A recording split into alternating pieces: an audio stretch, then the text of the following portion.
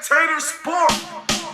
Colin Jungle. Welcome to the sport. Spectator Sport is what we call it. Thank you for tuning in today. My name's Lot Sports Jock with my boy Josh in the building. We want to welcome you to Spectator Sport. Spectator Sport, we're tired of spectating. We're tired of watching. So we want to make our opinion valid, make our opinion heard. And we want you to do the same. Spectator Sport. Josh. Hey people, how's everybody doing? Got some great topics today. Hope everybody's been enjoying our shows. But we got some good topics today, so let's go ahead and get into it. It's been a tough week of events. I mean, globally, the major event news basically is the passing of Steve Jobs, the co-founder and former CEO of Apple. I mean, we also subscribe to a lot of Apple products. The impact that Steve Jobs and his inventions had in our lives, and just in culture of just in the culture of the world overall, it was a great impact, a really major impact. I mean, it was tough to see him as a frail individual. What do you say about that, Josh? Yo, Steve Jobs, I mean, was a great man. I mean, from what you hear from his family and his friends, he was a great innovator, obviously, with Apple. I know he left, and then the Apple company, they brought him back, and then, the company's reportedly worth over $351 billion. It's very unfortunate when you lose someone like that. It's been unfortunate when you lose people, period, to a situation of pancreatic cancer that I believe that he died of. My deepest condolences goes out to his family and his friends and just the whole Apple community. And, it's unfortunate that people like WikiLeaks is saying the man died of AIDS now, and all these reported crazy rumors that they have the documents that they're posting online. But it's unfortunate. The guy did pass away, and he affected a lot of people's lives. Anybody who owns an iPad or iPhone or an iTouch, it's just unfortunate, that he passed at such a young age at 56. So, Josh, you're basically reporting that WikiLeaks says that this guy has... I'm not reporting anything. I'm just saying what I seen on media takeout.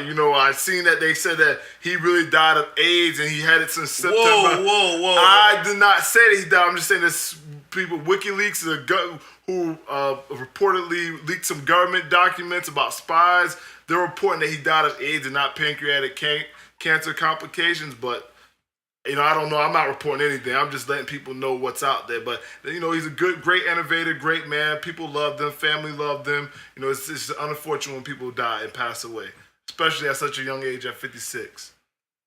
I mean, I agree totally. Like I said, the guy was a real innovator. He really touched many lives. And I won't get into the juvenile and childish deliberations about whether or not he passed from pancreatic cancer or from AIDS. I mean, it really doesn't matter. The fact is that he passed away. I mean, we're not here to put his character or his lifestyle on trial. I mean, like I said, we just want to remember Steve Jobs for the innovator and the individual that he was.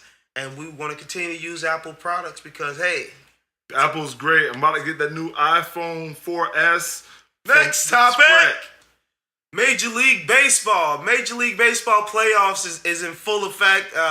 The division series was just underway. The Yankees took a major Game 5 loss in Yankee Stadium. Spectator Sports. Big loss. A-Rod in the game, striking out.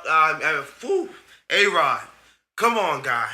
Hey, Rob, man, you're getting paid the big bucks, man. You gotta come through. I don't want to hear nothing about you hurting with your legs or so-and-so. It's, you're down 3-2. You're the last out, to keep the Yankees in the series, in the game. And, man, you fail again. I mean, your fans are very upset with A-Rod right now. That's the one thing I know. But, A-Rod, man, you gotta do better than that. It's unfortunate. Our Rays... because we're from Florida. The Rays they've been knocked out of the playoffs by the Texas Rangers, and it's unfortunate that happened to Just a little bit more on last night's game. Doug Fister did end up getting the win. It was a 3-2 decision, basically. Detroit over the New York Yankees. Delvin Young went deep. A-Rod just had another tough night. I mean, you can see his injury still, him still suffering from just lower leg issues. People don't want to hear about his leg injury. People just want results. He's getting paid a lot of money, and those hitters did not really show up, especially this series, period. I mean, you beat him 10-1, and then you come out and you choke. But you could go ahead and bring up his leg injuries, but that's not what the Yankee fans want to hear. I mean, these are just facts. A lot of people don't want to hear, and it is true, but it is unfortunate that, I mean, these guys, they have such a good team, but they just can't get it done. I mean, their bullpen was just shredded. I mean, their starting pitching. I mean, think about it. These guys was carried by Bartolo Colon. I mean, Colon, are you kidding me? This guy is a big old giant of a man who was doing nothing. I mean, you tell me, and possibly CC Sabathia is possibly gone. I mean, if you lose CC, imagine, what are you going to do then? The Yankees are just in complete disarray. It just, things aren't going well. Spectator Sports! Tonight's game, we got Arizona at Milwaukee, and then we also got the Cardinals and the Phillies tonight. So, people tune in. Baseball playoffs are here. It's getting very exciting. Fans are, showing their support for their teams, and they're selling out every night. So people stay in tune to the baseball. And like I said, I'm a big playoff baseball fan, and I love playoff baseball just because of the feel, the drama of October. You gotta love baseball. Next topic, Spectator Sport. We're back. We got a special guest in the building. One of our previous callers, one of the great guests to the show. Somebody who makes the show a little bit better. We got Raheem the Dream, Radio Raheem in the building. Raheem, talk to us, baby boy. What's going on, fellas? How you doing? Doing great, Raheem. Doing great. Okay, man. We want to talk a little bit today about T.O. and a great landing spot for T.O. T.O.'s talking about he'll be ready in a month. There was recently T.O. sent the video of him working out, doing some running. So we want to find out where you think a good landing spot would be for T.O. What do you think, Josh?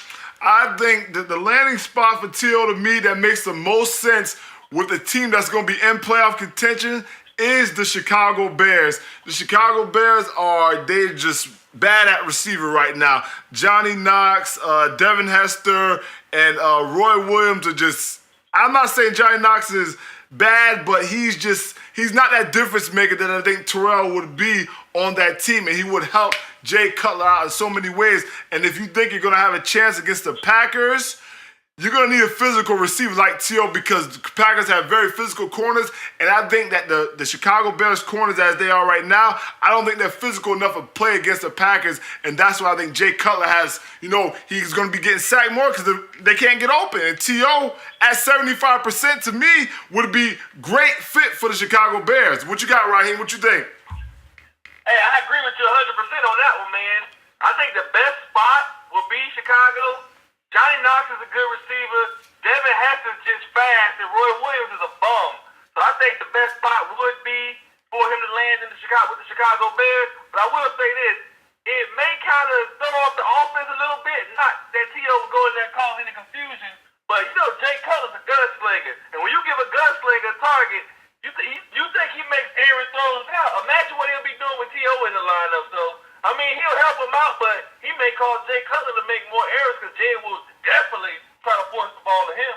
Well, it's better forcing the ball to him than freaking Roy Williams, who is just can't run at all. He runs like a No, I'm sorry, I'm not gonna go ahead and say that, but he runs like there's something wrong with his legs. Like T.O., I'd rather you force the ball to T.O., who guy that has the second most touchdowns in NFL history than Johnny Knox and Roy Williams. I mean, at that point in time, I would think, like I said, that gives them instant credibility in the passing game with combination of T.O. and Matt Forte with Jay Cutler at the helm. That team there with that defense, I think the Packers are going to be in some trouble.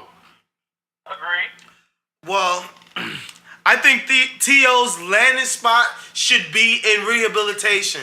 I think this guy really just needs to consider actually what he's doing and the effects of what such a brass decision is gonna make. I mean, T.O. he has a family. I know he runs around with these 2 young women that are helping him. I mean, but T.O., my suggestion, my advice was just take your time, man. Take your time. You could definitely come back next year. I mean, wow, this guy just had surgery. 30 days? Are you kidding me? He's going to be 38 next year. Like I said, he's a better option than the receivers they got on that sorry team right now. Next topic, Spectator Sport. We're back. Earlier this week, Brett Favre made some what's the word I would use? Some unflattering comments about Aaron Rodgers and how he should have won a championship earlier, and he just seemed to me a bit bitter, haterism. Raheem, tell me what you think about that one. Brett Favre's comments, I got a problem with Brett Favre's comments. He told the truth. Brett Favre said it. Hey, I said it that year. This is the best team I ever played on. Aaron Rodgers got to sit behind probably, in some people's eyes, the greatest quarterback ever. Definitely top 5 greatest quarterbacks of all time. He sat behind him and he learned from Favre. He walked into a team that was ready to win. So Favre was right when he said, I'm surprised he didn't win earlier. You know, they went to the NFC title game Favre last year starting. They didn't miss the playoffs with Rodgers. So obviously, you know, Favre was right. The team was talented, and he should have. If they went to the NFC title game the year previous, they should have at least made the playoffs the year when Favre left. But hey, I don't got a problem with what Brett Favre said. He's a gunslinger. He does what he want to do. I hope he come out of retirement to quarterback for the Dolphins. I love Brett. The reason. Do his career all over again. The reason why this guy makes these comments is because he's a loser, number 1. And number 2, Brett Favre seems like a bitter old woman right now. First of all, number 1, it doesn't matter if he sat 3 years behind Brett Favre and how talented that team was, so-and-so. That does not matter. At the end of the day, when you actually get in the game, it's totally different from watching from the bench. This guy is he's a great quarterback. He already won a Super Bowl. He should have done it sooner. Get out of here, Brett Favre. What are you still jealous because you can't play no more? You make bad decisions throughout your whole career. This kid is more talented. This kid is more talented than Brett Favre. So I think Brett Favre knows that, and he's really jealous about that whole thing because the whole Lambeau, all that's over him now. He's something of the past. He's a Bart Starr. Those guys. He's in the past, Favre. Stop being jealous of Aaron Rodgers. Aaron Rodgers won a Super Bowl already. So what are you talking about? He should have done it. So get out of here. That's nonsense talk right there. That's talk from a bitter person. He's surprised that he did it. Stop twisting the words.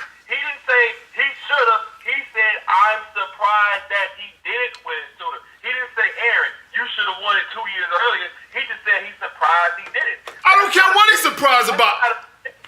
That's not that. He didn't say anything wrong. Stop hating on the He did say something wrong. He shouldn't have made no comments. Why not just come out and say, hey, Aaron Rodgers won a Super Bowl. He's a good quarterback. You know, the guy was great when I was there. You know, I seen him work hard in practice. Why not pick up the kid instead of trying to talk down about him? At the end of the day, that's what he did. No, he said he was a great player. He said he was a good quarterback. What do you want him to say? Oh, he's better than me? Well, that would be a lie. Aaron Rodgers went 5 Super Bowls. He ain't no gunslinger. He does to me seem a bit more controlled. He does have better accuracy. He has his arm strength may not be as strong, but he's just about there. I think he is too. I don't think Brett Favre has had the type of season Aaron Rodgers and the type of run he's on. I mean, it's Brett Favre, being the gunslinger that he is, he's always mistake prone and very turnover prone. Yeah, and that's the difference with Aaron Rodgers. Aaron Rodgers don't make many mistakes, and he has complete, absolute control of that offense. Yes. And you have to give him that. And a lot of those years when Brett Favre won his Super Bowls, he had strong running games. You talk about Dorsey Levens, you talk about the great running backs that he had with him, and you talk about the great receivers that he played with in Sterling Sharp, Robert Brooks. And I mean, this guy really had some great receivers. Antonio Freeman. I mean, this guy really had some great receivers. Bubba Frank, some great players to play with. So, I mean, Brett has no room to talk. Brett's a bitter guy. No, get out of here, bitter guy. That's you, Aaron Brett. Rodgers does have more talent than him. I want to put that out there right now. Spectator Sports. Holland Jungle.